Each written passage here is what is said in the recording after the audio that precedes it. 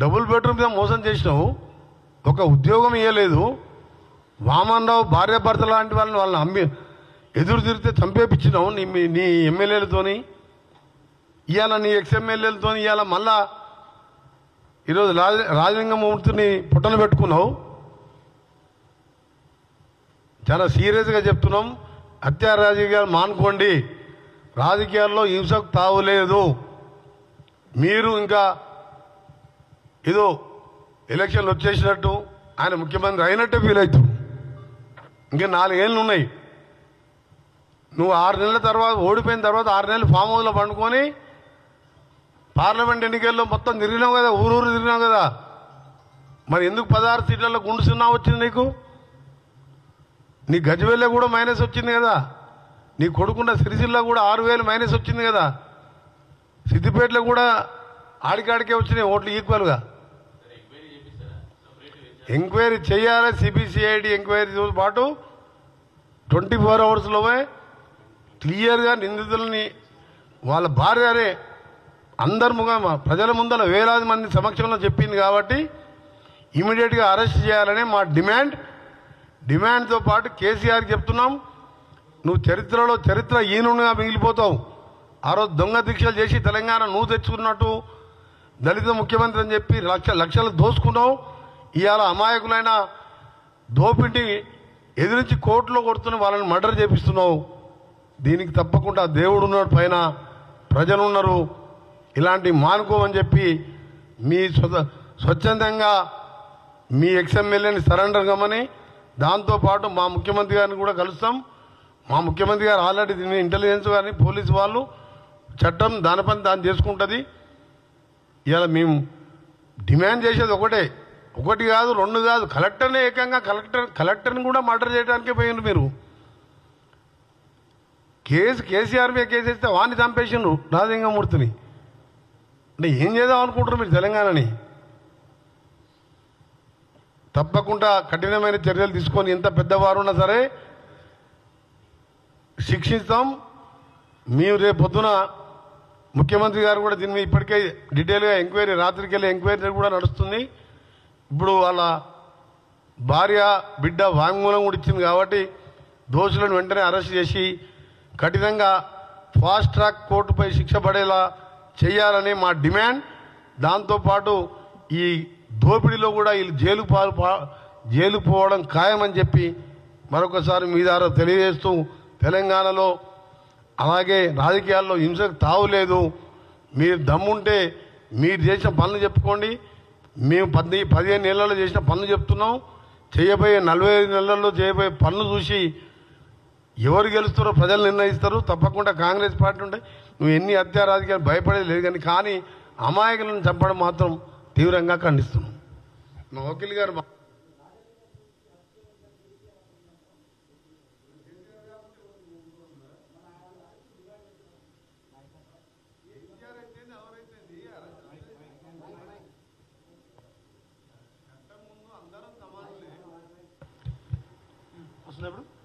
కేసీఆర్, కేటీఆర్, హరీష్ రావు, గండ్రం వెంకటరామరెడ్డి పేరు తీసుకున్నాడు. వాళ్ళని అరెస్ట్ చేయాలని డిమాండ్ చేస్తున్నాం.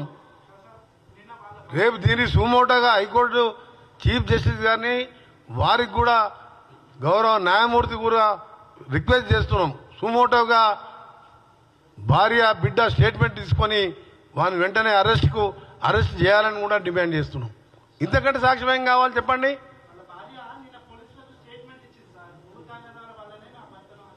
ఇప్పుడు టీవీ చూడరాదు, లైవ్ టీవీ అన్ని టీవీలలో వస్తుంది. ఇప్పుడు మీకు వినిపించింది మొత్తం క్లారిటీ లేకుండా వచ్చు, మళ్ళా కావాలని పెద్ద స్క్రీన్ వినిపిస్తాం. ఇప్పుడు జరగంగానే ఏమన్నా తెలుసా, అలా బిడ్డ ఏమంటుంది, స్థానికంగా ఉండే ఎవరు కూడా ఇంత ధైర్యం చేయరు, బయటికి వెళ్ళి కిరాయి మూటను తీసుకొని హత్య చేయించిందని క్లియర్ కట్గా వాళ్ళ డాటర్ చెప్పింది, వాళ్ళ భార్య చెప్పింది. అని మీరు అసలు నిజాన్ని బయట పెట్టేదే, దాన్ని ఛేదించి బయట పెట్టేదే మా జర్నలిస్టు మిత్రులు. మీరు ఎంక్వైరీ చేసుకోండి సాయంత్రం లోపల, అక్కడ మీ రిపోర్టర్కి చెప్పండి, అలా భార్య బిడ్డలతో ఇంటర్వ్యూ తీసుకోండి. ఎవరన్నా ఆయనకు శత్రువులు ఉన్నా అంటే రాజలింగం ముందు ఒక మనిషి కూడా శత్రువులు లేరు ఆయనకు. ఎవరు చంపుతారు ఆయనని? అంత కిరాతకంగా ఎవరు చంపుతారు? కేసు మన 11/2 ఫిబ్రవరి 2 రోజులు ఉండే మన డిస్టిక్ ప్రిన్సిపల్ జడ్జి దగ్గర. ఇంకెవరు ఆయన శత్రువులే లేనప్పుడు ఎవరు చంపుతారు చెప్పండి మీరు? ఆయనకు ఆస్తులు లేవు, పాస్తులు లేవు, ఏం లేదు, సామాజిక కార్యకర్త.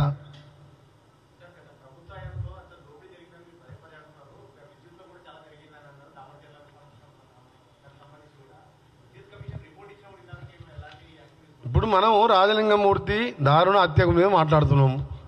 ఇప్పుడు నేను మాట్లాడినామనుకో, నువ్వు అడిగిన దానికి సమాధానం చెప్తే కృష్ణా వాటరు దోషిపెట్టిందే జగన్కు, ఇద్దరు కలిసి దోసుకొని డబ్బులల్లో కానీ దాంట్లో కానీ ప్రగతి భవన్లు తీసుకొచ్చి ఆయనకు భోజనాలు పెట్టి 88,000 క్యూసెక్లకు పెంచి పాలమూరుని ఎండబెట్టి కాళేశ్వరం కానీ ముందు పాలమూరుకు శంకుస్థాపన చేస్తావు.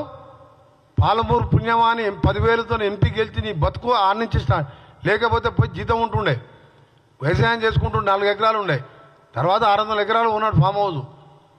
అటువంటి పాలమూరుని మర్చిపోయి కమిషన్లు వస్తానికి లిఫ్ట్ మీద లిఫ్ట్ ఎవరన్నా పైన తుమ్మిడేటి దగ్గర కడితే గ్రావిటీతో కిందకు వస్తాయి.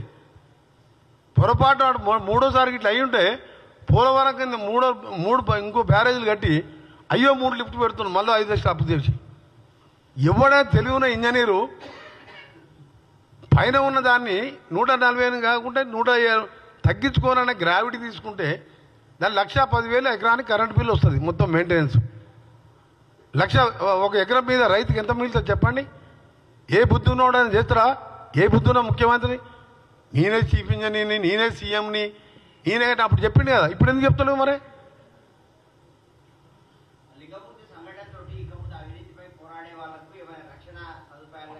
తప్పకుండా పోరాడతాం, ప్రజలు కూడా బుద్ధి చెప్తారు. ఇలాంటి పార్టీ తెలంగాణలో స్థానం లేదని చెప్పి ప్రజలు కూడా వీళ్ళకి శిక్షించే రోజు త్వరలో.